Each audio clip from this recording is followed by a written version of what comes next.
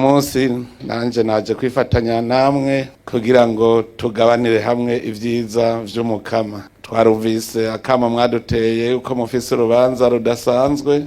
Nanone kuri umunsi ugaruka kuri amwe magambo yavuzwe na Perezida Evariste Ndayishimiye ubwo yashimiraga abapasiteri batandukanye bo mu gihugu cy'u Burundi uburyo cyo bakomeje gufasha abaturage babo kubaka igihugu kandi bakacyubaka neza. Perezida w'igihugu cy'u Burundi yagarutse ku magambo akomeye cyane ubwo yanagarutse ko kandi imbaraga zo gusenga arizo mbaraga zishobora kuba ziri gutuma igihugu cy'u Burundi gitera imbere umunsi ku munsi uko bwije ndetse n'uko bukeye. Sebarundi yavuze ku magambo agaruka ku bihugu bimwe na bimwe bishinze igihugu cy'u Burundi ubugambanyi, akunze kuvuga amagambo akomeye cyane agira ati Imana dusenga ntabwo yakemera ko ibyo bintu bibabara tubeshyira, nta mpamvu n'imwe yatuma tujya kugambanira ibindi bihugu. Uyu mugabo kandi yagarutse kuri andi magambo akomeye ubwo yibandaga kuri zimwe mu mpamvu zituma igihugu cy'u Burundi kugeza amagingo y'anga y'imipaka yacyo gifunze hagati yacyo ndetse n'igihugu cy'u Rwanda. Yagarutse kuba pasiteri wo mu gihugu cy'u Burundi abavuga amagambo akomeye ariyo magambo tugiye kumva uyu mwanya. Reka twumve ijambo rito turaza kugaruka mu kanya. Umunsi nanje naje kwifatanya namwe kugira ngo tugabanire hamwe ivyiza vy'umukama. Twarumvise akama mwaduteye uko mufise urubanza rudasanzwe gwiyatira bw'abasaseredoti bashasha, natwe tuti ivyo vyiza ntivyodurengana. None rero reka mbanze nitangire nkeze Eklezia ya Gitega. Reka mbere naho bahora bavuga ngo n'uri ku munwa burakoroka, dukenze n'abasaseredoti bashasha, nawe ntawe biza kwankira ngaha. Reka tubakeze kandi tubaha ikaze mu busho bw'Imana buri ngaha muri iyi diyoseze.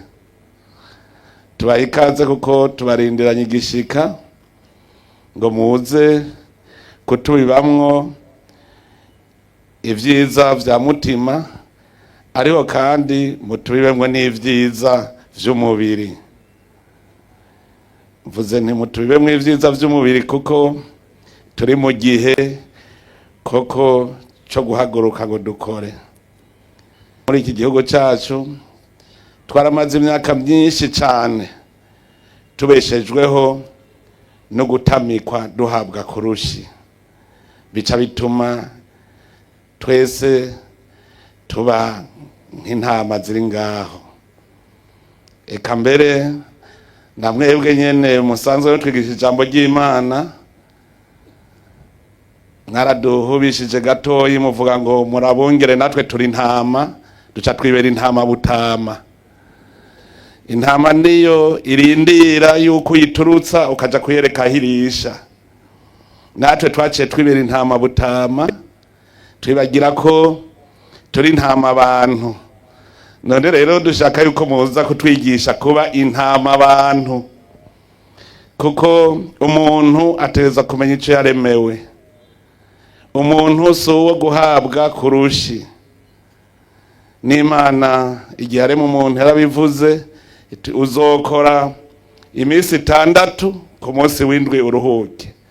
None hariho abantu ku wa mbere babicaye, ku wa kabiri babicaye, ku wa gatatu uko nyene, ku wa kane, ku wa gatanu, ku wa gatandatu ukazobona agiye mu ngoro y'Imana. Abagiye kwibwira iki?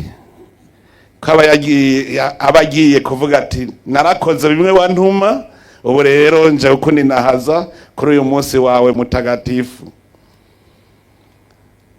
Twebwe rero turakeneye ko tuva hasi tumenye ico twaremewe, iyi si tuyive ko harako tuyunguye.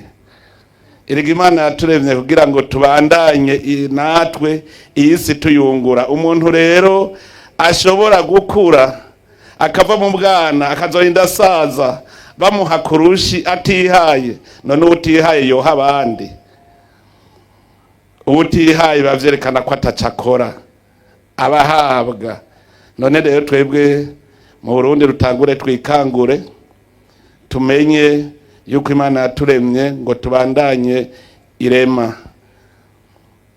Mbere no muri mwene Sirake nawe nyene barabivuze neza yuko ibikorwa by'amaboko yacu tutabikoze nta bisagara bizobaho, ntituzoronka aho tuba, ndetse n'imibiri yacu izopfa uko nyene.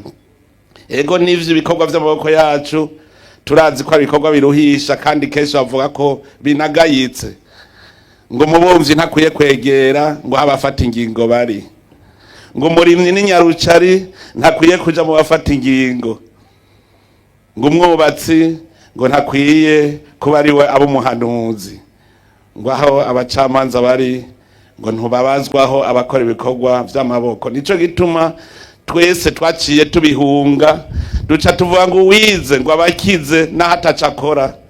Ivyo rero nizo nyigisho dukeneye ko namwe mwodukaburira kugira ngo turwanye inzara, kuko haraye inzara hazinduka inzigo.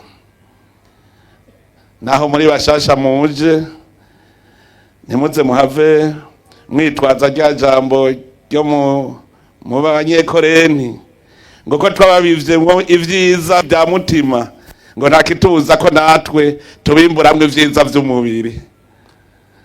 Hari aho hava buvuga uko ngo muze kwimbura muri twebwe ivyiza vy'umubiri mutatweretse ingene tuvyimbura. Ego nivyo namwe mwamuhanzwe na vyinshi, ariko muritwaza rya jambo rya Paulo nawe yavuga ati twakora ijoro n'umurango, ngo nta numwe twashatse kugora muri mwebwe uretse kwigisha ijambo ry'Imana. Barongera bagacumukura bagakora bakaruha ngo kugira ntihagire n'umwe bagora. Ndetse Paulo we yaciye avuga ati nakare twarabigishije ingene mwotwigana, kuko nitwigeze turera amaboko iwanyu. None rero n'abasaserdoti bashasha muze mwitwaje iryo jambo, ntimuze muje kutugora iwacu, mwimutwigishe mwongere mukore ijoro n'umurango, kugira ngo tubafatire kwa karorero kuko imyaka bwari mumaze mwigaga ntuze weya, ni mwewe mwotwereka umwongo uhuma n'udahuma, ingene umuntu yobaho n'ingene ashobora konona ubuzima bwiwe. Muratwigisha rero kubungabunga ubuzima bwacu, kuko uyu mubiri wacu n'ingoro y'Imana, mutwigishe kuyibungabunga, tuyigaburira, tugaburira umubiri wacu mugabo, kandi twongere tubungabunge, kuko muri bihe tugezemwo inyigisho ziri ubwoko bwinshi.